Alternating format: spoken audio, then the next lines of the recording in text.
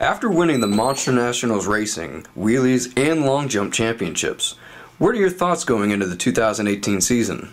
It's an honor to drive for Bigfoot. They have a very storied past, and I'm just glad that I can add to that history and kind of leave my mark on the sport. Now, what are some of your favorite things about running in the Monster National Series?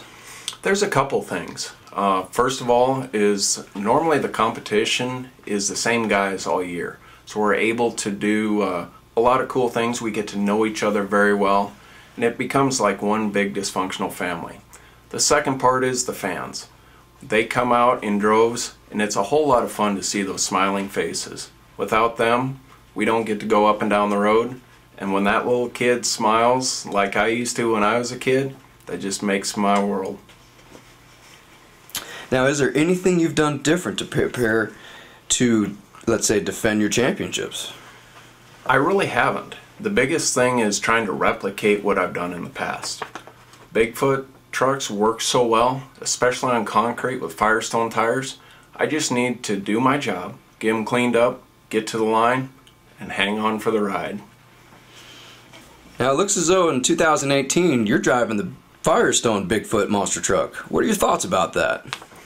I've been affiliated with some awesome sponsors over the years. Some that were very, very unique, but Firestone has been with Bigfoot for many, many years. I can remember as a kid watching Andy Brass and Dan Runte talk about the Firestone tires and the Penda days. So it's an honor to drive their truck, and I'm looking forward to making our painter work a little bit. We're going to have some fun this year. Now, it appears you're coming up on your 10-year anniversary with Bigfoot. Give us your thoughts on that milestone. It's very, very surreal. I never thought I would do this more than a few years. You know, everyone wants to just jump in the truck once. Let me just run over cars once. Just see what it's like. Here I am 10 years later, still wondering, well, I wonder if I can do that. Let me see if I can do that. And it's been a whole lot of fun. Who knows, I might do another 10 years. That's good to hear. Now, there's some tough competition out there, but who do you consider your toughest competition? That's a very, very tough question. Everyone lines up against Bigfoot, you have a target on your back. They're going to put down the best pass of the night racing you.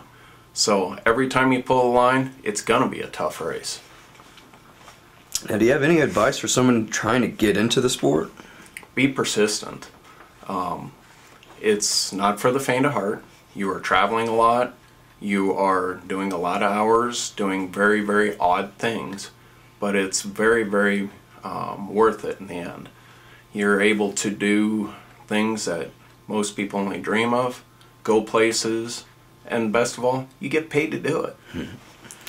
Now, we obviously have the best fans in the world, but is there anything you would like to add or to just tell your fans? Just thank you for being in the sport as long as I have been.